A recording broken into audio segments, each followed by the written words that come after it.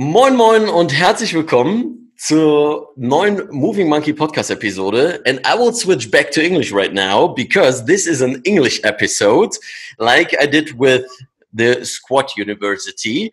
But this time, another exciting guest. Today with me is Andreas Saltas. He's physio and master in sports medicine. And also he's not only a physio that you see in every other clinic. He is the physio, I could call him, because if you follow him on Instagram, and you should, known under the name Bodmechanic, because I see your page and think, well, I probably know something what you're doing, but sometimes I just be why and what and how, and I'm speechless because what you combine is not only the physio side with manual therapy and all that's going on right there, but also the neuroscience aspect of that and combining what's working really for your clients. And you show that you have exceptional results. And what inspires me is that you work with high level athletes, for example, Greene, for example, with Brandon Marshall, and lots and lots of other people, because your specialty is working with people who are professional bodybuilders, powerlifters, baseballers, footballers. So you get the best of the best and make them even better. So great to be on with you here, Andreas. And yeah, thanks that you joined me. Yeah, well, thank you very much for having me. And just like I said before, your page has also inspired me as well with that kind of mobility. So I'm not there yet, but I'm getting there. Yeah, perfect. Yes, I do look at things a little bit differently, and I see that professionals just like you and me are starting to see that.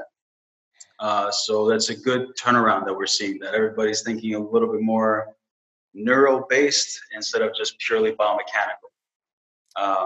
We've been always into the biomechanics, and we try to get certifications of any manual therapy we can. And then we would get disappointed because some of that manual therapy doesn't work, Absolutely. And you and I now understand the importance of our physiology. And because of my personal past, I had to look at it this way, because I had to heal myself so I could be able to walk again. I would like to say, working with high-level athletes as well, they're demanding. I gotta say that, but seeing them going from 99% to literally 100 is a very big change for them, and that's one of the greatest and most rewarding things about my work, is just seeing people getting better at what they at, not just getting rid of their pain. That's the least amount of problems. Yep. I want to see people getting better. That's it.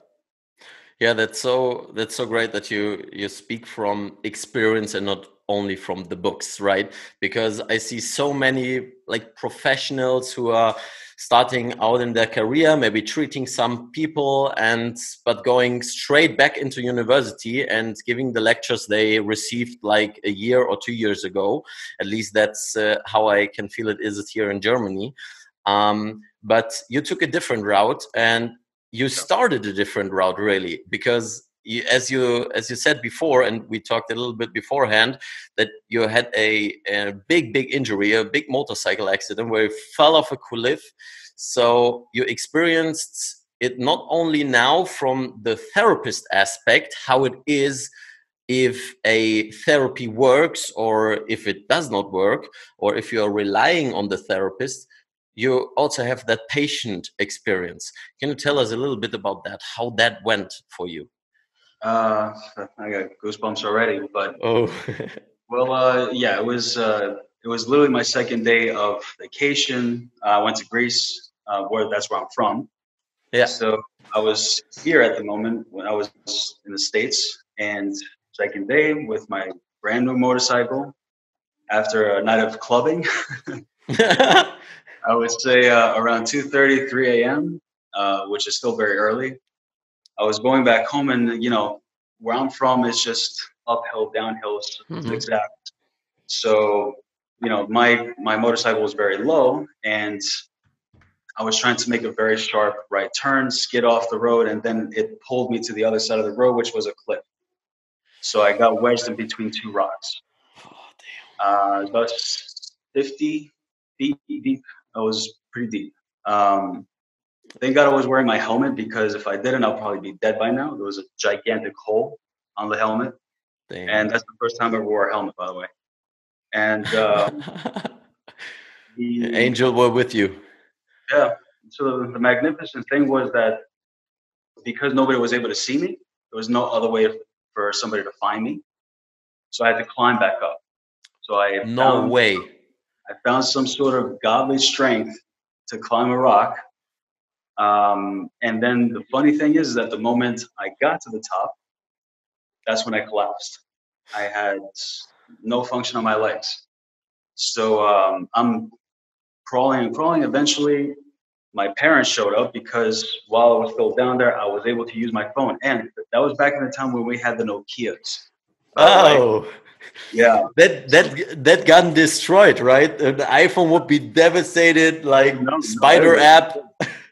You know, it was the Nokia 3210. And that thing still worked, no matter if it fell in the water, it still worked. Anyway, so I was able to call them. Now, my issue was that I was unable to speak to them because of the blood in my lungs, because I had broken 8 ribs, and they pierced my lung. And a lot of fluid buildup, so I wasn't able to speak. Somehow I was still able to climb. And once I got to the top, like I said, it was just mayhem from there. I didn't have no feelings on my legs, and my parents eventually found me, rushed me to the hospital. Now, in the hospital, I spent a good amount of time. So I would say about 2.5, maybe 3 months in the hospital, until that glorious day came where I was starting to sense the tips of my toes getting some sensation again, right? So I remember, not that I remembered, but now I remember that when the nerve grows, it starts from the periphery going up. It's like one of those big. That's why I had that big aha moment when I went to PT school, and I said, I understand now that when babies grow, their nervous system starts from the bottom up, right? Their sensation, at least. So I was like, wow, it's just fascinating how the body works like this, right? That's why they all use those hands and the feet first before they get centered, right? Yeah. So, and then I noticed that because my wrists were very sore from the crutches and from the wheelchair, the more I kept on moving my wrists, the more I would start feeling my ankles. Like, how the hell does this happen? You know? Again, though, till that day, that nobody can tell me this. You know, and they're like, it's just happening. I'm like, there's no possibility thing is just happening, man. Like, come on. Well, so, thanks for that explanation, right here, expert. So, you know, and that's what got me going. So I wanted to strengthen. So all I knew was just bodybuilding back then. So I would get like muscle mag and fitness development, tricep, and the more triceps I got, the better my quads got. Like, ridiculous stuff, you know. And I was like, there's something going on here, you know. Eventually, a year later, fully standing, trying to move around, you know, now with broken ribs, now with limited sensation down my legs. But you know that every time we get sensation back from a nerve, it's a burning pain, right? So it's like from numb, then it becomes burning, then it becomes like tingling, and then it becomes sensation, right? So I was in pain, but I didn't give a shit, because I needed that. I needed the sensation of, I actually feel this again, right? Yeah. So fully functional, and that's how I was in PT school. That motivated me now. So during the process of my rehab, I went to PT school. Yeah, PT school was great. I got to say, I'm actually teaching a class this Tuesday at my school. It's going to be virtual. So awesome. A lot of all the students are going to be watching me. So I'm like the most honored to do that. Send me the link. I'm actually going to send it to you. Yeah, you can actually you can sign up. Oh yeah, So cool. I'm going to be teaching a 3-hour class. Mm-hmm. And this is the stuff that I did. And this is the stuff that I got into where I understood, first of all, how breathing was very important. That's so when I was studying, that's when I found PRI. Mm-hmm. That's when I found the FMS. I found DNS because, Prague is actually very close. That's when I found the initial, actually, that's when Z Health started to become a thing. Mm-hmm. So, Yeah, right. Back in 2011, yeah, something like that, no? yeah. So I took it like since then, right? And that's what helped me connect the dots. And, Dr. Cobb himself, he was saying, like, I'm trying to see how all this fits together. And Mm-hmm. I'm on the same boat. So it's a never ending journey when you're trying to learn how the body functions. So even till this day, I still have some weaknesses on my legs, but I'm sprinting right now. I feel amazing. And trying to understand how the nervous system works and how every sense of the body matters. How the vestibular system was just big, especially just getting on 2 legs, how much Yeah. power these little damn things inside have in your body. So yeah, that's how I rehabbed myself. It's just the more I educated, the more I got involved into it, the more I experimented on myself, but the more also with my patients, because to me it wasn't really about money. It was more about, let me see if this shit also works on you, you know? Yeah. And there are some times when I have to get into their psychology where I have certain people that they feel pain, Mm-hmm. and understanding their pain and seeing that your definition of pain is a lot different than mine, you know? Like speaking from the pain neuromatrix kind Oh of yeah, point of view, and yeah. yep. So I have like bodybuilders coming up to me saying they have a little tendonitis in there. In my brain, I'm like, dude, are you kidding me right now? Like, you're giving me that shit. You're depressed because of that. The people get depressed because of a little piece of pain there. Yeah, yeah, But yeah. you have to dig into now the pain neuromatrix. Like, all right, they have somatic, but they also have psychological at the same time. It's like, I got to fix Yeah, that now. not really can able to train as hard as they Yeah. want to go, and that feels them like they're behind the competition, and on and on and on. So what got me just better at anything I do is just understanding neuroplasticity. Hmm. It's whatever I stress, whatever I focus on, I'm going to make more of. All right. So if I focused on getting left canal vestibular again and again, if I focused on my breathing again and again, it'll become that after. So when we treat people, um, they have to understand, like, how often are you doing this? And you have to understand you have to make life changes in order for you to just feel better and move better. So yeah, this is what inspired me throughout my journey with this. Yeah, that's great that you develop from that experience as a patient, and you talk in other interviews about how you rely and how you build that trust towards your therapists, and that you saw them getting excited about your results, and then giving your patients that trust, that like not only the physical aspect of treating someone, but also being there for them, right? Being someone who helps them really, and really wants to understand what's going on, because we often see it that people go into a therapy and have a 20-minute session, and they get frustrated out of that, because that feels good for like 5 minutes or maybe even an hour, but that's not the lasting results they crave, they want to achieve, right? You do have to get personal with them, and our government, our laws say, you should not get personal or things like that, or you should know personal information. Actually, I should know, unless the person feels comfortable saying it, but Yeah, yeah, you have to know the entire history of the person. When that person comes inside your door, they are a result of how they moved in life. So I got to know what happened.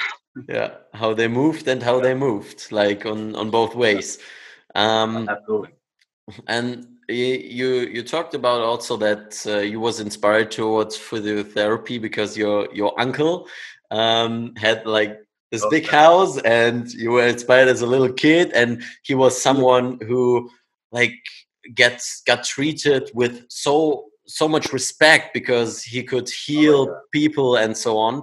And I have the same feeling towards the main motivations with physiotherapy, because Right.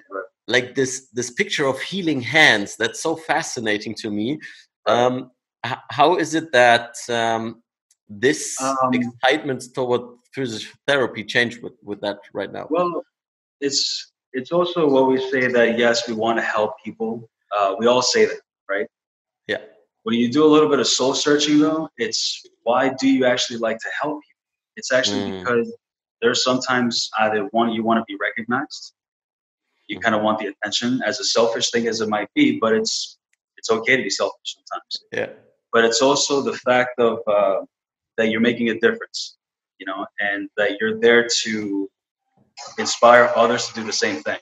So that's what I hoped, and I believe I achieved that, at least, to make certain people or professionals just like you and me, or those who want to become professionals, or even just people who are already in pain, that there are answers. Always, there are always answers.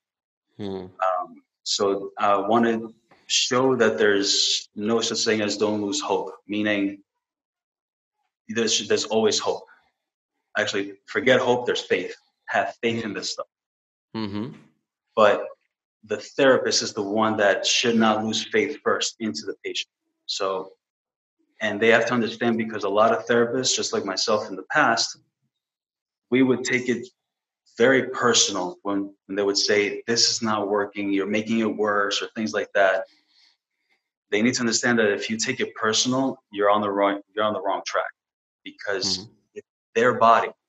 You didn't do anything to them. They just didn't react to that specific exercise, for example.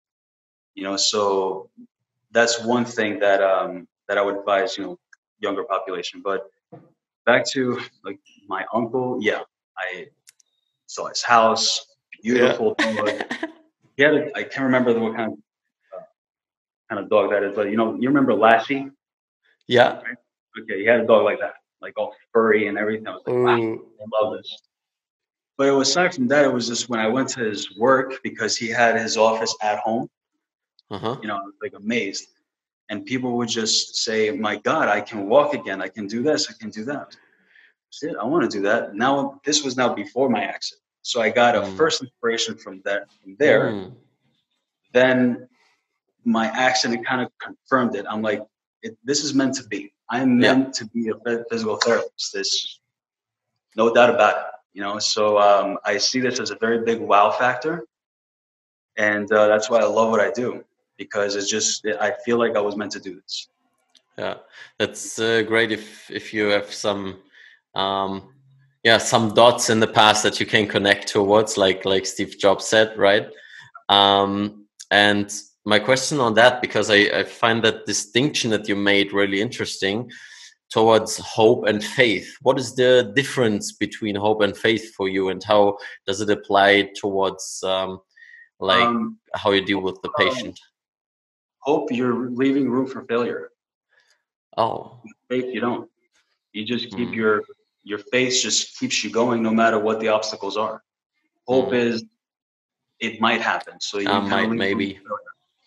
There's no such thing as there. If you give up on me, that's a different story. But I cannot give up on you. Yeah. So it's also of how you communicate to the person too. And how do you communicate them in such a way where it's not just only verbal, it's also physical. That's the beauty of what we do, is that when you see an immediate result, that person's sold.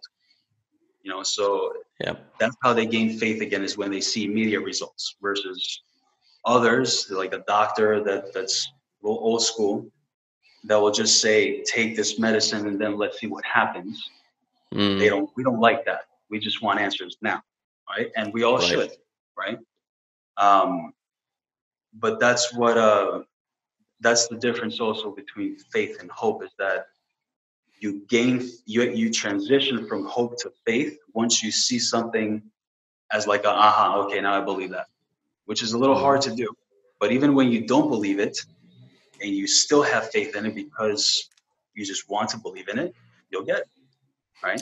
Yeah, that reminds me. I always speak with one of my good friends about like that, making the leap of faith, and you also did with, for example, Brandon Marshall, that you had that leap of faith that you overpromised him that it will make him faster, and then you over delivered, right? How you got to that point? For example, if we think about someone who is starting out in physiotherapy, and he wants to get on your level, maybe what steps did you needed to take in order to get there, to make that leap of faith, and then to actually deliver on it? I literally had to expose myself. I had to immerse myself to the big boys. So Brandon Marshall saw me because I was treating some of the bodybuilders like Greene, Sadiq. Yeah. And again, you know, with the bodybuilders, they liked a lot of grass and stuff, you know. But you know, sometimes bodybuilders, they don't like to do like the corrective exercise that you and I like to do. Yeah. So that's why I Like, give haven't me been the hard stuff, man. I haven't been working a lot with bodybuilders lately because I like more functional things, but functional, more novelty. But I still have a couple of them though. And moving on to football, Brandon Marshall and a couple other Giants guys found me because they saw what I was doing as functional. So I got one person to squat ass to grass like that. You've seen plenty of videos like that. Yeah. You know, because of their nervous system. So, you know, Brandon reached out and he said the same thing. I want to be able to squat like that. I remember till this day where I thought for me, bodybuilding, that was it for that. But to get now like an elite level athlete like him, who's in the NFL, who suffered many head injuries. I'm talking, you know, there's a lot of things going on with every player. Absolutely. To have him call you and say, I cannot believe I ran that fast in a matter of seconds when he was in his practice. You have any idea how I felt after? Amazing. That's because even though I was kind of scared, I was very intimidated. I'm like, I have an elite level athlete. He's asking me now to get better. Now that he has injuries, he's like, how can you get me better what I am? Yeah. Like in my head, I'm dying. But what I'm telling him right now is, if you give me 2 days, I'll make you run faster than what you ever did. It happened in a day. So, and that's only with just breathing. Yeah. Okay. Breathing. That what you did with him. Right. So I combined my PRI skills with speed from Z Health with some NKT. And I'm like, let me just do some breathing drills with him. And I have some videos where he was doing some rolls. Yeah, I saw that. Right. And he's like, what he felt was that he was better rotating. Yeah. He wasn't rotating enough. And that was it. I'm like, this guy's sold, you know, and not sold, but it's more of, finally I have an athlete that I can actually prove that I'm that good to myself, not to everybody around me. Yep. But that this is not that I can just help a person, you know, better walk again, but get an elite level athlete to be even better. So I like grabbing little bits and pieces from every general population, from the elite level athlete to the 95-year-old woman that can't go to the fridge, you know? Yeah. So, yeah, I love this job, man.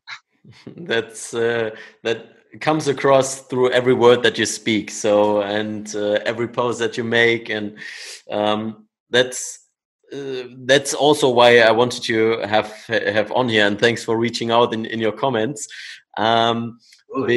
Because one thing that I was really interested in, you also talked about that some of your books you was inspired by was the 10X Rule by Grant Cardone, or Relentless by Tim S. Grover.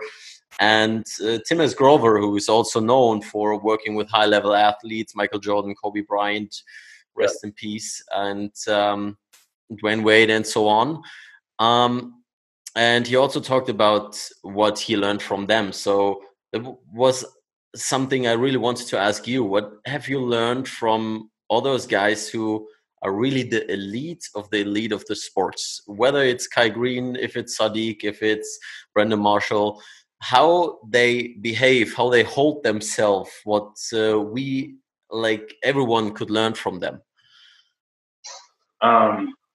Elite level athletes, they're very demanding, and they expect nothing but the best, and some of these elite level athletes, they will not do what you tell them if they don't see the immediate results as well, and also how they feel.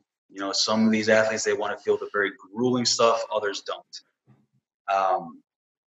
But if you from the book Relentless, if you show that you really are relentless with them, and you're having them do enough work where they actually see results, that's the biggest breakthrough. So working with elite level, working with them you can become very, very intimidated. You have to go to their level of intensity. They're very, very intense people. Their drive is just sharp focus. They want nothing but to put that ring on their finger. Brandon, I remember and it's not just him, it was just many athletes that I worked with, even Kai Greene. They don't talk. They just want you to do the work. You tell them what to do, and they execute. I got to say that every athlete I've worked with, elite level, they execute no matter what. Now, when you speak to them, though, I like the fact of over-promising them, because it makes me go back home and grab all my books again, because I better prove this guy that I know what I'm doing. And he does the work.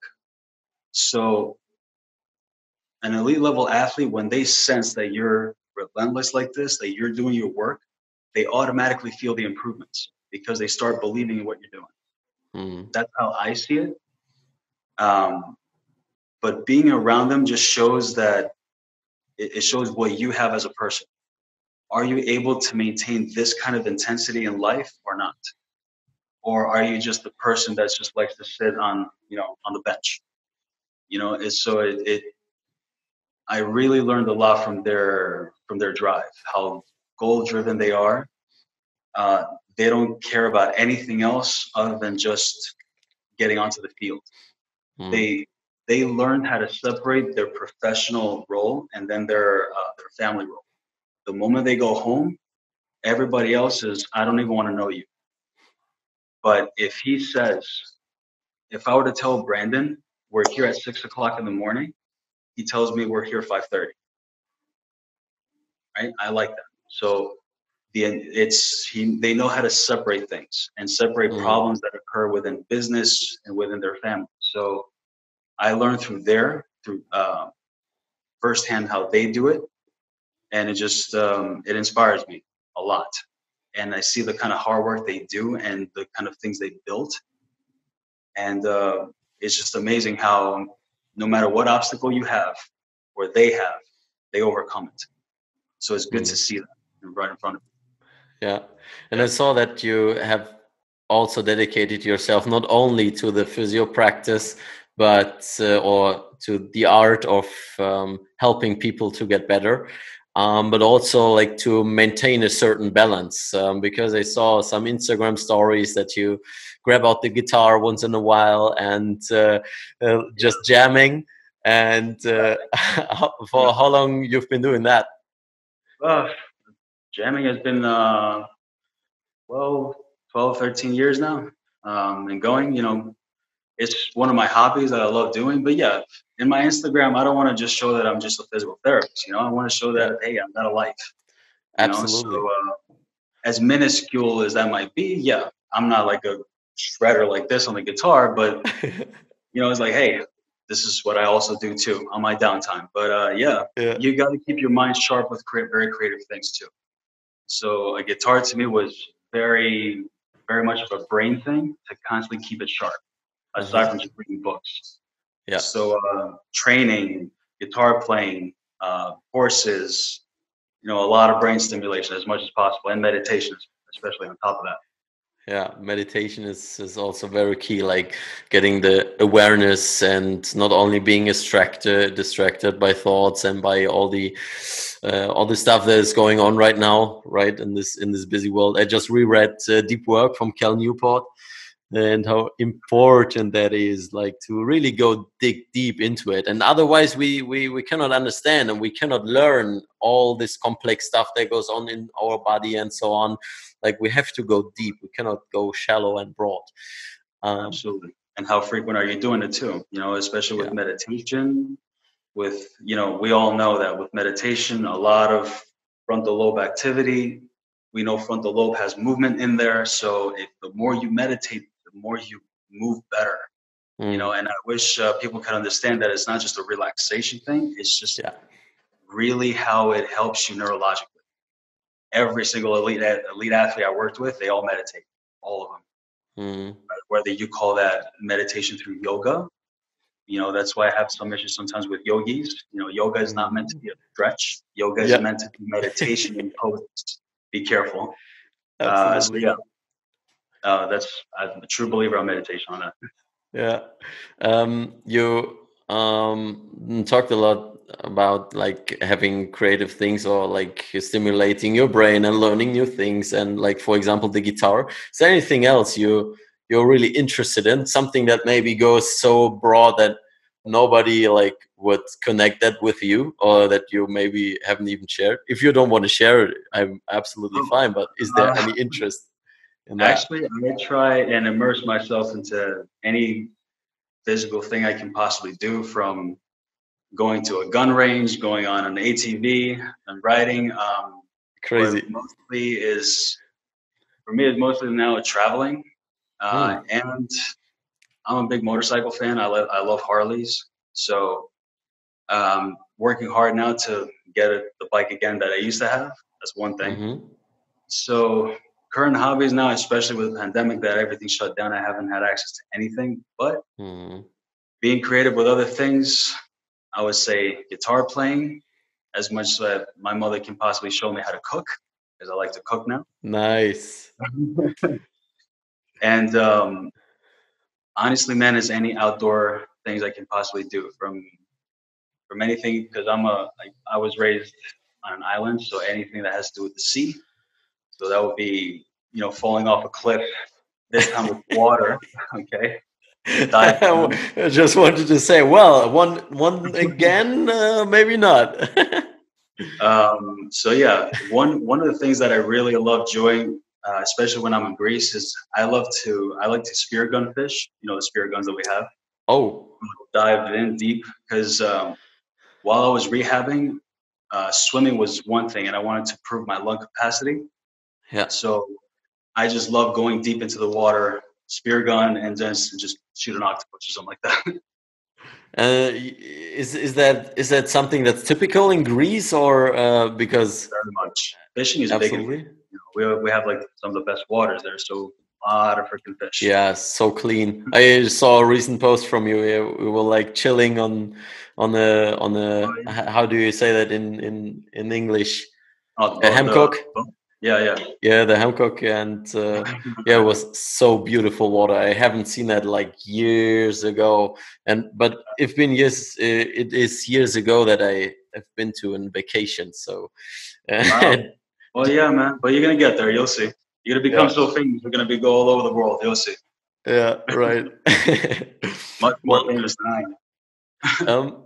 One thing that I'm interested in as well is, how do you train? Like, is there any routine that you keep? Because I found that sometimes difficult to keep a routine, because I'm so interested in so many things, and I see that with you as well, that I sometimes go, well, oh, fuck all those plans. I will just go and play and do some neuro with that and experiment and so on. How do you keep your training schedule? How do you keep yourself fit? I mean, I try and train every single day, because again, I'm in the field where I have to move regardless. Absolutely. It's just that my body is also very sensitive to training, because of the things that I had to endure. So depending on how much tension or how much of a stretch I have on a muscle or how much I load it, sometimes my sympathetic nervous system can crank up a lot. So I have to be very careful with my training and with my breathing. So I'm still going through that phase, even though it's been years. But right now it's doing some multi-system exercise as much as possible, whether it's visual, vestibular work, standing on one leg, doing more vestibular work. I still love bodybuilding, so I do bodybuilding movements as well, just to maintain some of the muscle mass. Called for the girls. Yeah, that too, hopefully they can like a six pack. But now it's not now, but it always has been trying to improve my flexibility, my mobility as much as I can. But I really have to go that slow because the nerves are still very vulnerable after sustaining an injury. So I'm not the kind of person that progresses that fast as somebody that hasn't had an injury like this. Yeah. So I'm getting there, not to your level, but I'm getting there to the point that I'm maintaining my health in every aspect I possibly can. Aside from meditation, is no drugs, making sure very well hydrated. My nutrition's on point as much as I possibly can. I don't like switching to specific diets. Diets are all meant to fail. But aside from that, it's moving in such a way where I make it multi-systematic. So you'll see on my recent post that I will start putting in there that I have a little bit more time. Just do an exercise somehow differently that you're just normally doing. Like don't just do a shoulder press like this and keep your head looking straight. Look up. Yeah. Or try just squatting with your head turned left. I dare you to do that. And I tell people, or switching the breathing patterns, that messes up me a lot, man. I'm so weak. It's amazing what it does, right? Yeah. And then people don't believe you. It's like, this shouldn't do any problem. Like, all right, how about you put 200 pounds on your back, keep your head turned to the left. Let me see what happens. But that they need to understand that's real life. You're going to squat like that in life. What happens when you do? Your body's going to break down. So my training is more of making my movements more predictive. I want to basically protect myself for any future injuries. So my exercises are much more creative than just a typical bodybuilding routine. It's always single leg, single arm, or opposing. Anything that I know that if I fall, what am I going to do if I fall? How would I brace myself? It's not just always weight training, but it's also just going to the park and just being like you, like a monkey, right? Yeah. That's preventative stuff. I might need to hang one day because who knows? When I have a kid one day, I might need to hang with him. I might need to be able to do that, right? Yeah. So, as long as it has variety in my training, I'm happy. I'm not looking to build muscle and impress the ladies, even though you can do that. But it's also, and you have novelty. That's it. Yeah, that's nicely put because, I think that the variety that most of the people do, like who spend time in the gym, they're exercising and want to get fit, but they haven't defined fitness for them, right? They haven't defined what their health goals are. So they're just doing the machines and just doing the courses, and that's cool because they get moving. That's better than sitting on the couch. But I always try to emphasize that point that it's really, really important to mix things up, and I will hammer it down to all of them who are subscribers on my YouTube channel, to do unilateral stuff and so on. And you put it very nicely by saying, train like a baseball player, because you have more rotation. You have to really get into those patterns that we don't use on a daily basis, right? And I would also highly encourage that whatever people do as a form of exercise, please make sure it's fun and not to the point that you're crawling, saying that, oh my God, I'm not going to do that workout again. That's not a workout. That's just suffocation right there. has to be fun, you know. So I don't think people like being on a treadmill for 30 minutes running on the damn thing. Yeah, well, that's why they always have a TV in front of them, their smartphone, and watching like Netflix and stuff. Right. You know? So it's just amazing that how technology, especially technology, has stripped us from our intelligence and has made us a lot more lazy. Everything now is a lot more available to us. So if you have an electronic treadmill that it's controlling you, right, and you have a monitor that's right in front of you, now you got focal vision, and now you're just going up and down, but you're not going forward. And not even using your extensors, like to Nope. move yourself forward. Sensors, adductors, no, it's just extension, just back extension. Yeah. I don't get it. So again, let them do that. More work for us, I guess. But Yeah. it's amazing how the gym is the one place that, you know, that if most people cannot tolerate to do any other thing, that's the one place they go, is the gym. Yeah. I mean, guys like you and me should encourage the opposite. It's not always a gym. There's always something out there in the sun that you can do that's going to make you feel a lot better and can still build muscle and can make you look sexier and look great at night while you're naked. Yeah. So Even if it's some rings like that you put on a tree, and I found back to that, like thanks to Corona, all that stuff has also some little positive sides, right? If you use it right and if you're conscious about it. And I'm so much more outside right now, and like building muscle as well, because I have not so much output, because all the time I was like going there and to the gym and appointment there and here and forgot to eat. And I saw that you're a victim of that as well, that you work and forgot to eat all the time. yeah. And yeah, right now I'm like at home and building muscle by like doing like nothing. On your Nothing, right? post, is that big wooden column yours with the rings? Is that in your house or no? Yes, right. Wow, Yes. you build your own little station like that, right? Yeah, kind of. Oh, man, that's very inspiring. See, professionals need to do that too. Make your home a little gym. Absolutely. Like I have that like here. I could turn around, but I have that lamp in front of Don't me. worry, don't worry, no problem. But like for those who listen to the podcast, they know that stuff from my from my videos. So Nice, man.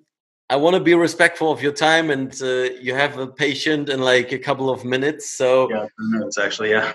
yeah, I just wanted to wrap it up shortly, and because there was such great inspiration, and not only from like that business point of view and how you treat your people and how you treat yourself and how you hold yourself accountable to the highest standards. That's why I wanted to ask you if you have something that you leave us with or leave the audience with, what they should focus on really to be healthy, to be happy, as you said, fun in training, to be happy in life, and with their bodies, like with their movement.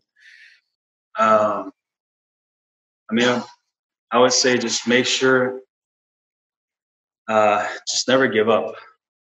You know, it's a cliche thing. You know, we all say it, just never give up. But because of my past experience, if Absolutely. I gave up, I would not be here today. You know, I would still be on a wheelchair.